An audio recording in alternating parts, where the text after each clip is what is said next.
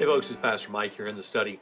And as I'm considering the in-study discussion this morning, I'm thinking about our view of God. How do we view God? And how we view God probably affects or does affect the entirety of our whole worldview.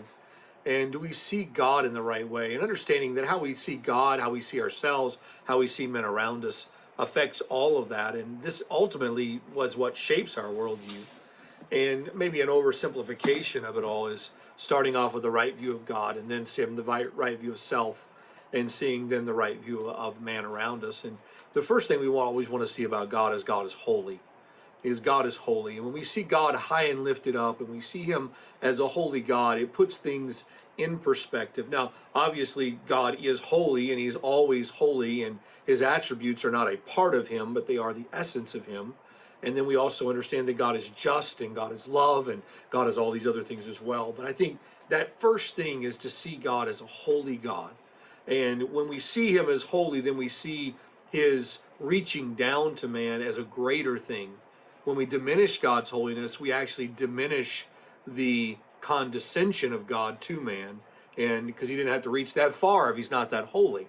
And so God being holy is so important. And then how do we see ourselves? I think a lot of people want to see themselves either as everything's okay and just I'm doing fine, and others want to see themselves at the very lowest seam. But I think ultimately we're to see ourselves humbly.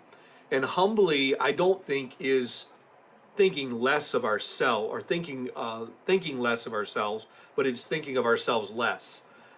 It's not focusing on me. Somebody said, I think it was my friend Alan Gibson, he made the statement that humility is really biblical self-awareness. It's understanding who I am in the light of who God is. It's seeing me as a sinner, deserving God's judgment, understanding that God is holy and I'm a sinner, but also understanding that he saved me by his grace and that I'm a part of his family. I'm accepted into the beloved.